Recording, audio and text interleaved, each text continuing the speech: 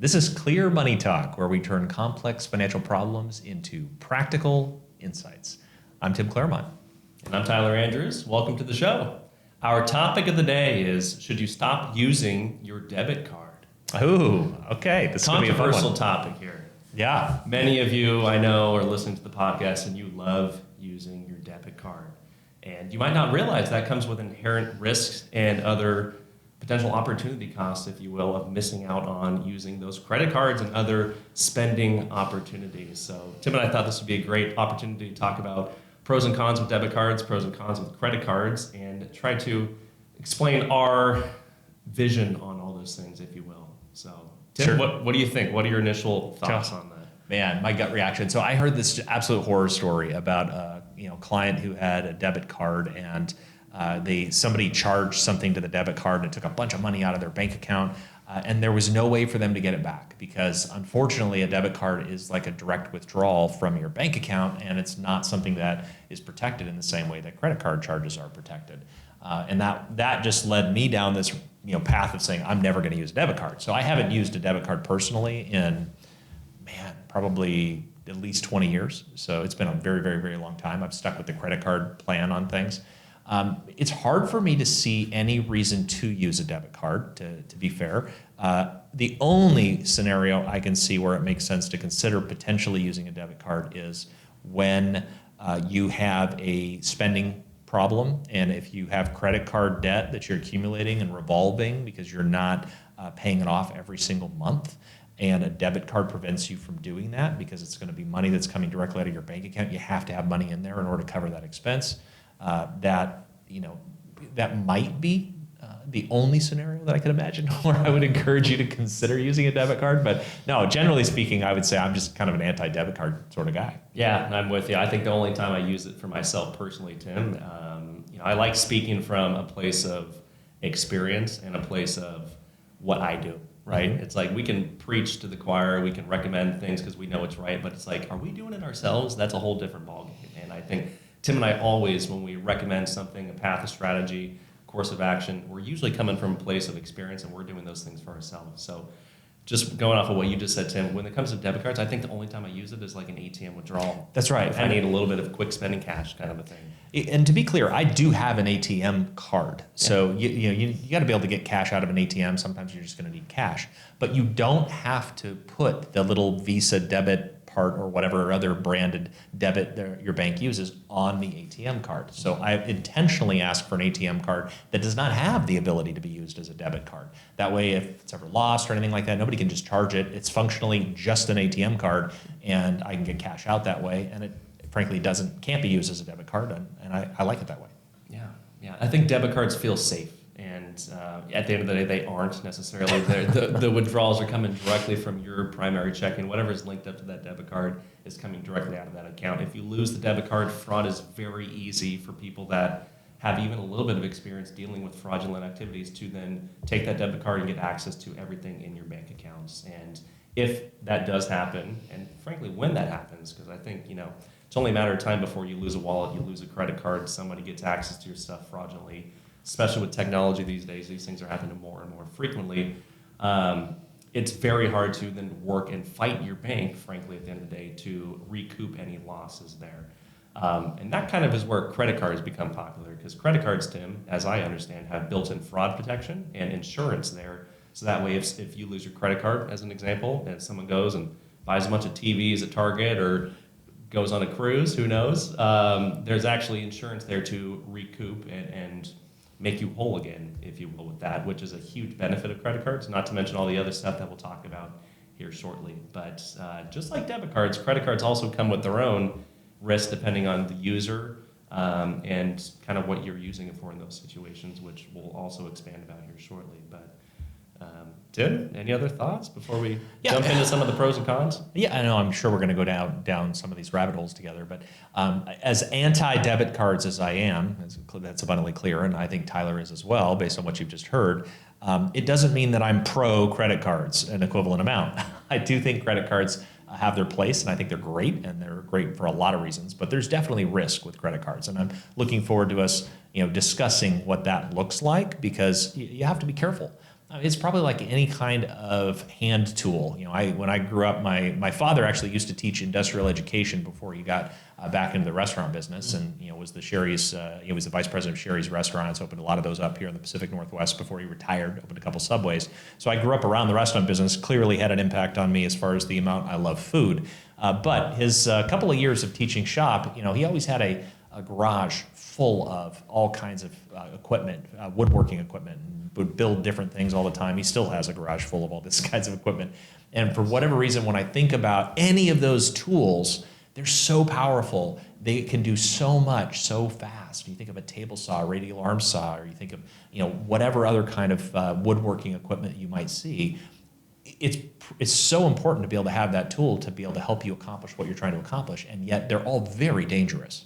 If you use that tool inappropriately, you can cut off your finger, you can cut off your hand, you can kill yourself. I mean, you really have to be careful. And I would put credit cards on a par with that. I think they can be an extremely powerful tool that can help you do a lot of really, really great things. But if you use them incorrectly, you can kill yourself financially. And that's really important to be aware of in that respect as well.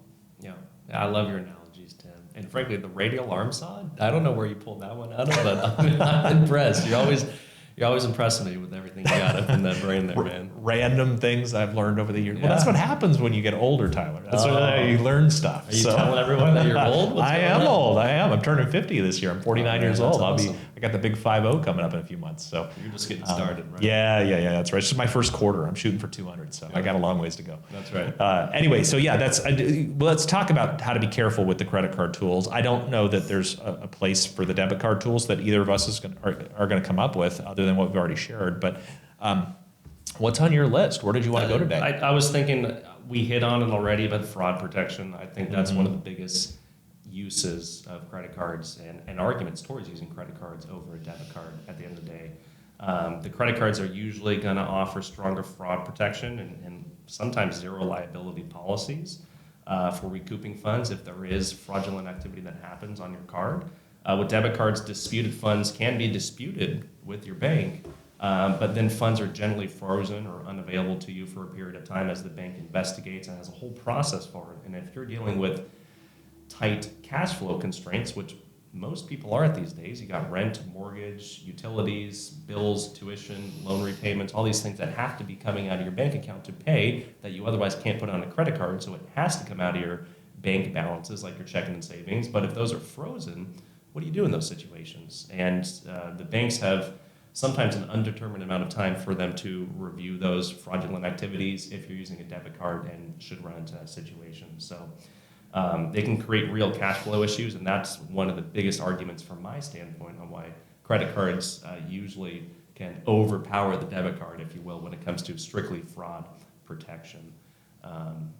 Tim, I felt like I did a really good job at explaining that. Is there anything else you want to offer? Oh, yeah, no, I would say you did.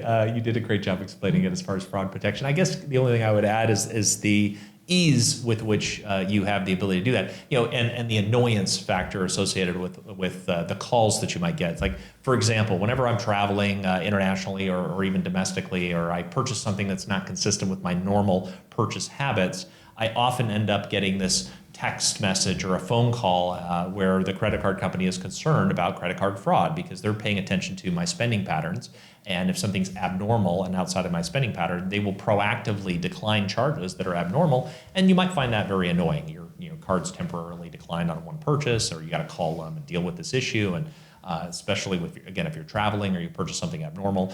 But let's recognize the reason for that call, the reason for that declined purchase, that declined charge, is because they have to eat it if somebody else gets a hold of your card and starts charging stuff up. It's I would say the biggest benefit of having a credit card is the one you identified, Tyler, which is that fraud protection. If somebody gets your card and starts charging stuff up, and you look at your credit card statement and you notice these charges, or they look at your card habits and they say, hey, this is inconsistent, they shut down your card, then you can disclaim and say, hey, that wasn't me. I'm thinking of the Shaggy song, wasn't me, but right. Anyway, the point is, it wasn't me as far as those charges, and then they have to pay you back, or I should say wipe those charges off, and then somebody has to ultimately own that expense. And unfortunately, it's not easy to get back to the thief that actually stole the money and get reimbursed. The insurance company will either pay for that if the credit card company has insurance covering that, or the credit card company themselves will absorb that expense. And that's one of the reasons why we want to use the card, but it's also why they're so vigilant about the charge patterns and making sure that everything is moving consistent with your spending habits and whatnot. So the fraud protection is a huge deal. Yeah, I would say you said a lot of good stuff on it. Oh, I appreciate that. Yeah, You did sure. too. No, well, thank you. Yeah. That's anyway, why don't we talk about the fun stuff? I mean, I don't know what else is on your list here, but I love credit cards for all the free stuff. Who likes free stuff? you get free stuff when you use a credit card if you pay it off every month. So if you, by the way, if you carry forward a debt past 1 month, the interest rates are just horrific. That's where you're getting into financial trouble and ultimately cutting your arm off with the radio alarm saw that we were talking about earlier. So don't do that. As long as you pay it off every single month, you should not have to pay any interest. If you get through the full 12-month cycle and you paid no interest to credit cards, yay, you won the game. That's how you win the game. You want to make sure you don't pay any interest. But in addition to that, you also collect rewards. So you pay off all of that interest. So you pay off all those debts every month so you don't have any interest owed. And then you collect rewards from whatever credit card company you might partner with. And when you think of a credit card, you're actually partnering with them. You might get mileage rewards. You might get cash back. I personally like flexibility. I try to choose a cash back option and try to collect as much cash back as possible. The more you're interested in gamifying the system and paying attention to the various credit card offerings that are out there to try to optimize your reward experience, that's great. Just make sure you don't spend a ton of time painfully going through researching this kind of stuff and finding that you're not valuing the time you're spending doing that. That matters. So there is an opportunity cost of time. One of the things I'm excited to do now that this topic came up is just to go into ChatGPT or whatever favorite LLM you have and ask it and say, hey, based on my spending habits, these are the credit cards I'm using. Which credit card should I consider using for the best rewards based on my current spending pattern? And based on that information, what would I more likely get? How much can I improve on what I'm currently doing? So I'm going to be popping that prompt in here pretty soon. but yeah, I'm a big fan of the cash back and pay attention to the credit card fees, because a lot of times we'll have vendors that will charge a fee of oftentimes 3% or more even to use a credit card. And I haven't found any benefits that are worth paying 3% to then use the credit card. Most of the time, the cash back is somewhere around 1 to 3%. And the 3% portion of the cash back, sometimes you get a 5% cash back deal, but it's usually very limited in terms of how many charges you're going to spend that are within that category. Just pay attention to the overall cost. And if your vendor is charging you a fee of 3% or more, that's our standing rule. We don't use a credit card in that situation. We'll just pay more traditionally with a wire or check or otherwise. And if the vendor charges less than 3%, we've got a pretty good, healthy reward structure in place that it's probably worth it for us to use the credit card and then collect on the rewards. Yeah. Tim, you hit on all the good points with that stuff. And that's took them all away from you. I'm so sorry. No, it's good. And that's the fun part with credit cards is you're spending the money anyways, right? Usually, if you're going to be spending the money on the debit card, you spend it on the credit card instead. You can get some cool stuff back. Tim hit on a lot of the good examples, the most notable being the cash back, travel points, credits that you could then cash in the future for travel, flights and hotels, things like that. Some credit cards, I know one of the credit cards I use offers travel protection, so there's a certain level of travel insurance if your plan should be disrupted for weather or otherwise. Extended warranties sometimes can be on there. If you use a credit card to purchase something, it can come with a separate extended warranty from the manufacturer's warranty, as well as even rental car insurance. My credit card offers some rental car insurance on top of what you have to purchase through the agency that you're renting the car through. So there's a lot of these frankly hidden things that credit cards can benefit you if you want to go deep enough in researching the different credit cards that exist and what might make the most sense for you in your situation. So Tim, thank you for talking about all those things and doing that. And I think one of the biggest topics about using a credit card over a debit card that we haven't hit on yet is credit history. Oh, yeah. Which is a huge one. Yeah, you're right. If you have no credit history and you need to take out a loan, you're going to have a very hard time getting that loan. You're then going to have to probably run into a situation where you're having a co-signer, somebody that has credit history and probably a decent credit score to verify that you're a credit-worthy person just out of them knowing you. But if you want to go get a loan yourself, whether it's for an auto, a mortgage, even renting an apartment, usually they want to look at your credit history. If you don't have any history because you haven't used a credit card or any other form of debt over the years, it's going to be very hard for you to do that. And credit cards are one of the easiest ways for you to build credit history, especially if you're one of those people that will put money on a credit card and then pay it off in a timely manner and not accrue interest. So that way you're looking creditworthy to the credit bureaus, if you will. And that's a great way to do it. And I think one of the biggest hidden mistakes that many families and parents and otherwise do is they disencourage children and younger people from getting credit cards too early because they feel like they're going to run into spending troubles and patterns. But then when they get to a point where they need to graduate college or move out of the house and rent their own apartment, they have no credit history. And then the parents are then co-signing and going through that whole process when you could otherwise be building credit for that younger person. And then when they get to that point, they already have that all built up. So that's something I wish I would have done. I remember getting my first apartment myself out of college, and I had no credit history and how uncomfortable that was. I wish I had started using a credit card earlier because I'm a very responsible spender anyways. I would have been using the credit card just like my debit card anyways and only using and spending money that I know I had and I could pay off at the end of each month. And that would have probably paid dividends at the end of the day, not dividends in the form of stock, but dividends in the form of credit history that I would otherwise have been able to deploy for all the different things I wanted to do at that time. So it's a really good point, and I appreciate you sharing your personal story and experience of that, Tyler. Yeah. I would say that it's such an interesting balancing act parents have to deal with when it comes to their kids and going to college and getting a credit card at 18 years old versus that is one of the risky moments when a lot of people will cut their arm off with the radial arm saw. They'll rack up a ton of debt. They won't make the payments on it. The interest payments are ridiculous, and by the time they may borrow $3,000 to $5,000, they spend $15,000 paying it off because of how high the interest is and how slow they make their payments. And then the kid doesn't tell the parent about it, and so then it becomes a really big issue, and it can cause a lot of emotional trauma as this kid feels guilty that they've done something really bad, that because they see this debt climbing and then they don't know how to get out of it, and if they don't ask for help, that can be a problem. So a lot of parents will just come to that conclusion and say, no, I'm not going to encourage my kid to get a credit card because they're trying to avoid you cutting your arm off with a radial arm saw. But some of the kids, on the other hand, are really going to be able to benefit from that. And there's probably a hybrid option. If you're okay with your kid getting a credit card with a small limit, and you have good communication, I think that's great. You have a responsible kid, probably like Tyler was. And on the other hand, if you're concerned that you don't necessarily have that same level of responsibility in the kid, you are worried about them cutting their arm off with that radial arm saw, then it doesn't mean you can't get a credit card in their name and when you're together, and then you can't, any purchases that they're going to be making that you're making with them, you can be helping them improve their credit, and you can control that in a limited capacity as far as the limits on the credit card, that prevents them from getting in too much trouble. Think of it like guardrails, so that they're not going to cut off their whole hand. Maybe they just cut off the tip of their finger. So the point is, there are ways to do it, and you're right to point out that starting that credit history early, credit history does matter, and having that record of making regular payments on a regular basis is helpful in getting your credit score up. Yeah. I feel like we hit on a lot of the important things. I think there's always a lot more.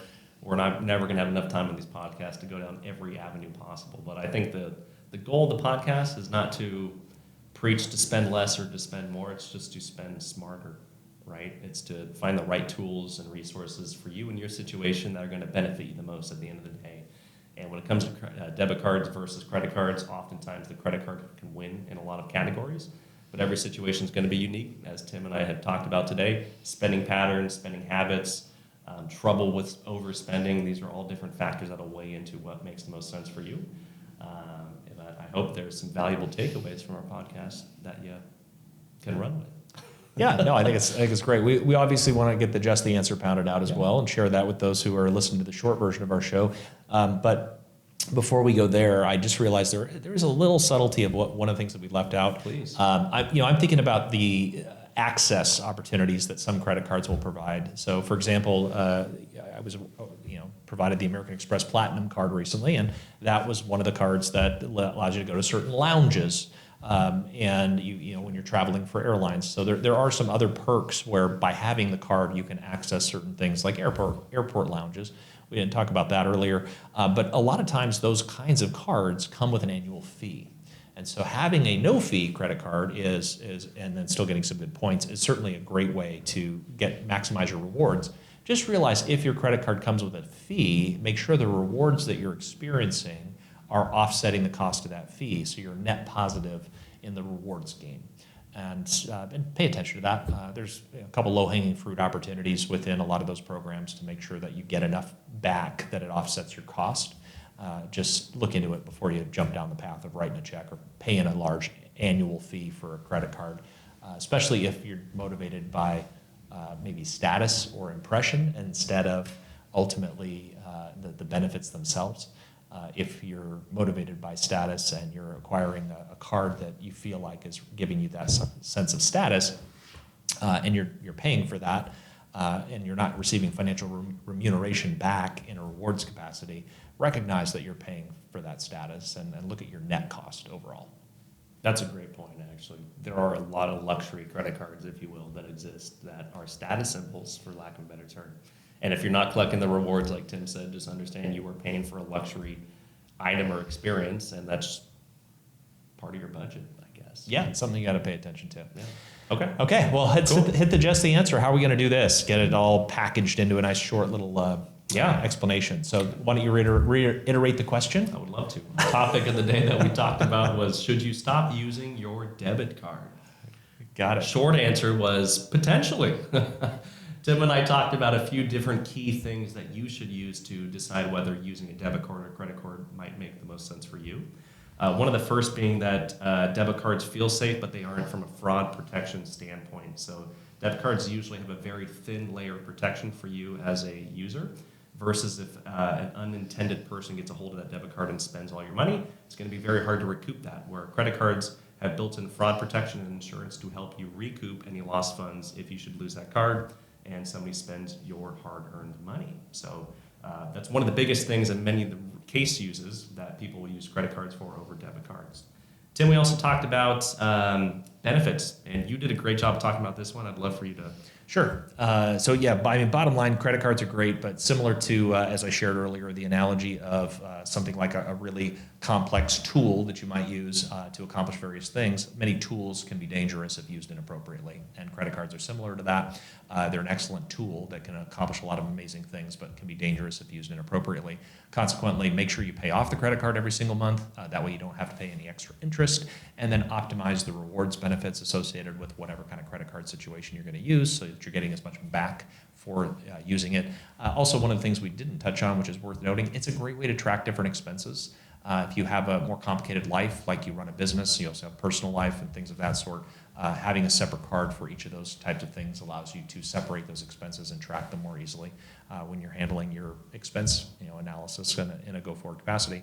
And a lot of other nuances when it comes to credit cards.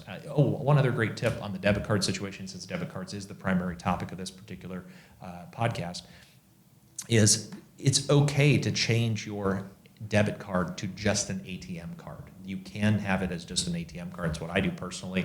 That way, if it's lost, it doesn't function as a debit card. You can get rid of that little symbol on the bottom and make it so that it only works as an ATM card if you want to try to truly protect yourself from somebody getting a hold of that card and using it fraudulently. That's great. One of the other things we talked about was credit history. So credit history, it's if you want to go take a loan for something, if you want to go get a lease for an apartment or a house or a building, usually they want to see the lender in those situations credit history. And that's basically your credit worthiness and how likely you are to repay something and not default on a direct obligation. So credit cards are a great way to easily and consistently build credit history. One of the easiest ways to do it, and while you're also accruing other benefits by using that credit card anyways. So credit history is one of the things we talked about in the long format podcast. Definitely recommend going to listen to the full version, get all the meat and potatoes there. And Tim, I'd love for you to talk about the benefits, the points, the free money that you're leaving on the table by not using the credit card. Yeah, I really think that you should listen to the long version of the show to get all the details of that. But bottom line is there are a lot of different programs out there. You can get everything from cash back to airline mileage to lounge access to all kinds of other perks and benefits. I just found out that I could pay for my Clear membership, which gets me through the line faster within the airlines, and it would be reimbursed by one of the benefits on one of my credit cards. So, you have to unpack these, and if you're into the gamification of getting the right credit cards to optimize the benefits for yourself, you can really take advantage of that. And don't hesitate to ask your favorite AI LLM engine how you might be able to optimize that as well. Yeah, credit cards aren't evil; they're just usually the least protected option, and you're potentially leaving free money on the table, if you will, by not using a credit card. You mean debit cards? Yes. Yes. Yeah. Yes. Debit cards are not evil, but in general, we feel like they are. So overall, credit cards are a safer choice, and we're much happier seeing our clients use those, especially if they pay them off every single month. That's right. Are you ready for some trivia? Yeah, let's hit it. All right. What do you got for us? All right. Tim's trivia question of the day. What is the only part of the human body that cannot heal itself? Ooh. Well, I mean, I'm thinking of the neurons. I feel like the brain doesn't do that. It's my gut reaction, but yeah. I mean, everything I've learned is like when the brain's damaged, it has to find other pathways to function. I mean, I'd be an idiot to not ask for the options. That improves my odds of winning in terms of this particular trivia situation. That's right. A lot of money on the table here. My gut says, from a pride standpoint, I'm leaning towards brain or nerves, or some combination of the two. Then maybe the nervous system would be considered the most general format. But go ahead. What do you got as choices? Teeth enamel. Enamel. The retina in your eye. Ooh. The brain. Oh, okay. Fingernails. Fingernails don't heal.